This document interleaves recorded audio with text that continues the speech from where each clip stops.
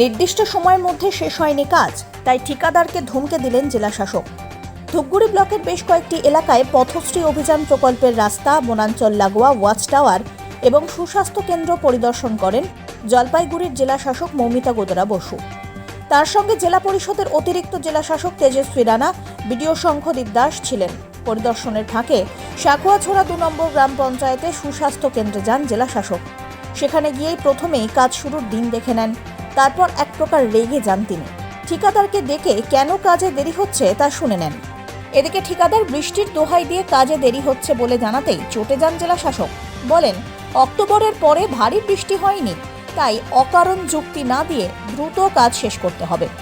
পরে জেলাশাসক জানিয়েছেন, বেশ কয়েকটি ভালো কাজ হয়েছে, কিন্তু এই স্বাস্থ্যকেন্দ্রের কাজ এখনো সম্পন্ন হয়নি। ঠিকাদারকে সময়সীমা বেঁধে দেওয়া হলো।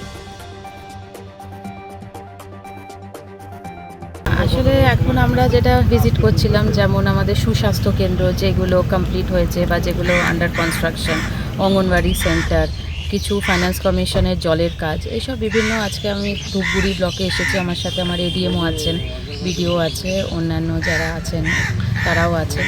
তো এখানে একটি সুস্বাস্থ্য কেন্দ্রর কাজ হচ্ছে, তো কাজটা একটু ডিলেড হয়েছে। তো সেইটা আমরা দেখছিলাম যে কিছু এখানে লোকাল ইস্যুস ছিল, হয়তো একটা হাই টেনশন ওয়্যার যাচ্ছিল, তার জন্য ডিলে। তো যাই হোক, যেটা আমরা বলেছি যে আর 2 মাসের মধ্যেই কাজটা যেন পুরোপুরি কমপ্লিট হয়ে যায়। এর আগে আমরা আরেকটা সুস্বাস্থ্য কেন্দ্র দেখলাম, সেখানে দেখলাম যে কাজটা ফুললি কমপ্লিটেড। তো এই সমস্ত কাজগুলো আমরা আজকে দেখতে এসেছি।